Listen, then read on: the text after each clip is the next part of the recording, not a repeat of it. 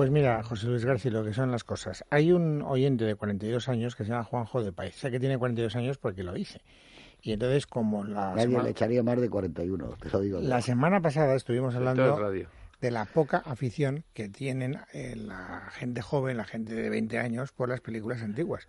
Y entonces él dice que ha tenido este verano una experiencia a propósito de chicos que de 17 y 18 que aman a Ford, a Fritz Lang, a Murnau y que están abiertos a todo lo bueno. Y como estaba Fritz Lang citado Claro, y tú has querido hablar de M, ahí tienes sí. el pasaporte. Porque supongo que querrás también hablar para las personas que no hayan visto la película. No, no, sobre todo para las que no la hayan visto y que puedan salir y comprar un DVD y verla, ¿no? Yo lo que voy a hablar son de obras maestras, incluso, y por eso son obras maestras, aunque tengan imperfecciones, porque un cuadro que sea imperfecto también puede ser una obra maestra, ¿no? Bueno, pues esto es M, que yo he tomado aquí unas notas, entre otras de las personas que han llamado, hay muchas que te ponen los nombres, otras iniciales, hay una con N, o pues queda bonito, ¿eh? M para N, que quería oírlo. Yo creo, esta película se llama Mörder unter uns, en alemán, que significa el asesino está entre nosotros. Pero la película se queda en M, porque ya estaban los nazis en el poder, con mucha fuerza, con mucha potencia, y evidentemente el asesino está entre nosotros, era Hitler, y el asesino está entre nosotros son los nazis. Y entonces ellos mismos se dieron cuenta y dijeron, no, no, ese título no nos va, porque además iban a ganar las elecciones y se sabía. Total, que por eso se llama la película M, de Mörder unter uns, el asesino está entre nosotros. Friedland encara su primera película sonora después de los éxitos que ha tenido en el cine mudo con Las Tres Luces, que es una verdadera joya, Metrópolis, antes Los Nibelungos, joder, es uno de los más grandes cineastas ya de su tiempo. Habla con su segunda mujer y co-guionista, que es Thea von Harburg, una de las grandes escritoras del cine de todos los tiempos, nazi, hasta morir de decirlo, era muy nazi, fue una de las causas también de la separación entre ellos, pero se habían conocido haciendo La tumba india, que la habían escrito, y se entendieron muy bien y se entendieron en todos los aspectos. Y entonces pensaron que la primera película sonora podían coger el caso de este Peter Kuerten, que lo tengo perdido, que era el vampiro de Düsseldorf, un tipo que había violado y asesinado a 9 mujeres, que intentó hacerlo con otras 8 o 9, y bueno, pero lo maravilloso es que eran dos tipos en uno, esa de lo de la dualidad real. Él tenía un demonio dentro de sí, que es el que le llevaba a matar, pero había otra parte de él que era una parte, si no angélica, buena, que es la que al final manda sus propias cartas a la policía y da datos para que le puedan detener y lo detienen. Lo ejecutan, aquí lo tengo ya apuntado, el 2 de julio del 31. Y yo creo que no debían haberlo ejecutado, tenían que haberlo mandado a una casa de salud, a un sanatorio mental, porque evidentemente había dos tipos. Ese personaje lo va a sacar luego ya mucho Friedland a lo largo de su filmografía. Eso por un lado, vamos a hacer la historia de ese asesino, de ese vampiro de Dulce.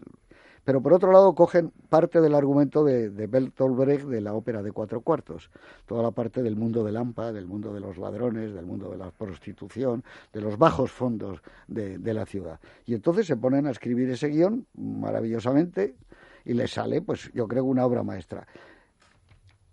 Ahí se sitúa definitivamente lo que es el expresionismo alemán, que es tan alemán que empieza a extenderse por todo un mundo que pudiéramos decir nórdico. Ese expresionismo que mezcla el espíritu, lo mejor del espíritu que tenemos y el demonio, lo demoníaco, donde vemos a los hombres con una fuerza como terrible que tienen por dentro, incluso terrorífica, cómo se transforma en terrorista. Y ese personaje que él ya había intentado hacer en Doctor Mabuse, de donde viene luego James Bond y todos estos, el tipo que controla todo el poder, todo el mundo conocido, que hace que la sociedad derive hacia un mundo terrible y que es el que está dominado por la banca, por el dinero. Bueno, fue un aventajado de su tiempo. Mucho de ese mundo lo estamos viviendo en los inicios de este nuevo milenio. Bueno, lo terrorífico con lo angelical se unen en un personaje realmente inolvidable, que es el vampiro de Düsseldorf, que es Peter Lorre, que es un tipo realmente que te produce escalofríos. Es bajito, gordito, como la cara de un niño como que no ha crecido lo suficiente y que de repente sus ojos son terribles. Cuando él se mira ante un espejo de un escaparate enmarcado por cuchillos, es una de las imágenes imperecederas del cine. Pero bueno, de todo eso podemos hablar. Y luego un gran acierto que tiene, no mete música. Siendo el principio del sonoro, todos metían mucha música, y este no, solo mete lo de Grieg, que es el silbido tito, tito, tito, ti, tito, ti, tito, ti. Cada vez que él silba eso, joder, va a haber un crimen, ¿no? Hay algo terrible, ¿no? Y es impresionante porque el crimen no es solo el crimen, es el crimen, pero el antecrimen y el poscrimen. Ves a la madre que está llamando a la niña porque no llega. Él es un asesino de niños, y eróticamente se supone que los viola a las niñas pequeñitas. Y entonces ves a la madre que la está llamando, abre la puerta, la llama a la niña, pero la niña no aparece. La escalera vacía de su casa, el plato de la comida donde va a comer la niña, todavía está humeante, pero ya se ve que no está tan caliente.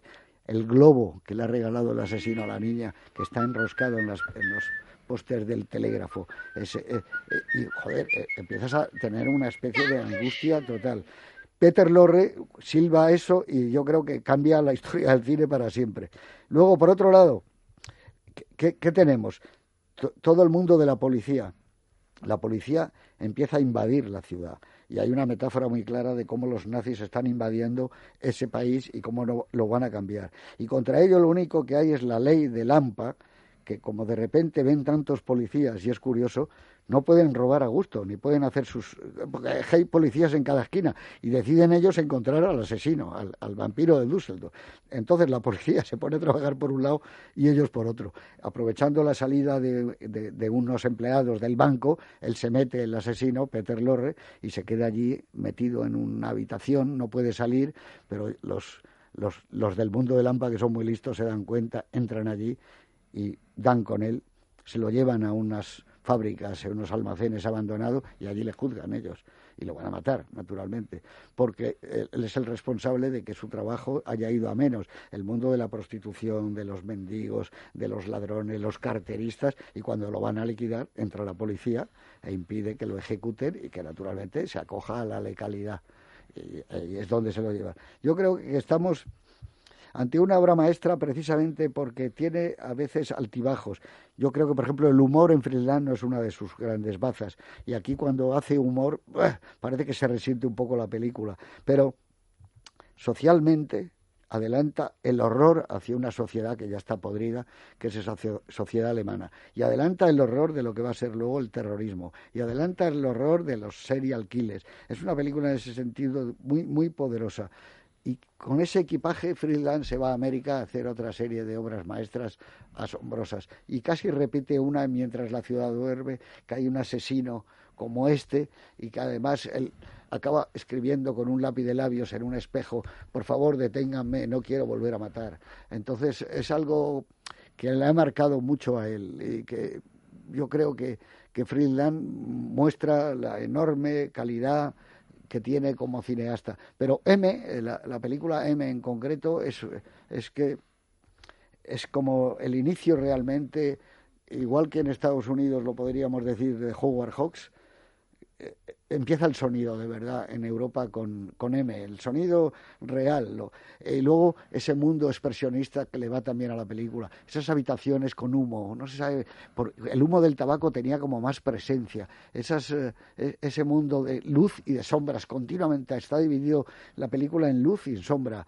Y es un poco lo que viene a decir que va a ser el mundo. Y es verdad, llega la guerra. Venían de una guerra, de la Primera Guerra, y va a llegar a una segunda con luces y con sombras para aburrirnos. Y yo creo que ahí él demuestra la potencia que tiene como director, todo lo que ha aprendido con la mitología de los Nibelungos, el rodar en estudio, en decorados, el ser el príncipe de la UFA, porque se transforma en el gran mundo. Cuando llega a Estados Unidos les demuestra a los americanos lo que se puede hacer con pocos elementos, pero utilizando muy bien la fotografía, utilizando muy bien la luz, las caras, medias caras, las sombras, que los ojos son los que tengan el brillo, que el traje quede oculto.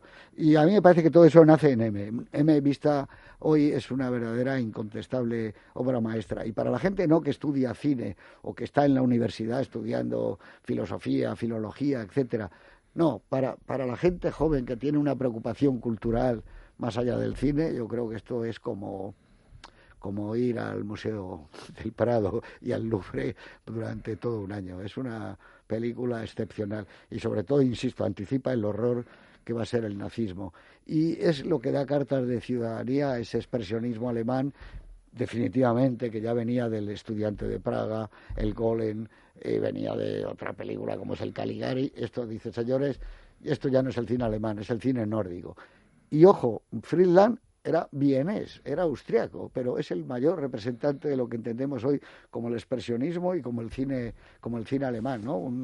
Un hombre que era hijo de un arquitecto que estudió en la arquitectura y que ha marcado su cine, los volúmenes, los espacios, pero en fin, esto ya no lo convirtamos en qué grande es el cine. Que vean y que compren si pueden, si no la tienen, la pidan prestada. Ya digo, El vampiro de Düsseldorf es una película extraordinaria, y ver la cara de Peter Lorre, cómo mira a las niñas y les dice y les sugiere eso de Ich liebe ich, el te quiero a las niñas, el que les compra regalos, golosinas, un globo, joder, es aterrador. Y bueno, Peter Lorre, a partir de ahí, toda su carrera, pues ha sido personajes un poco siniestros, ¿no? Otro que huyó del nazismo.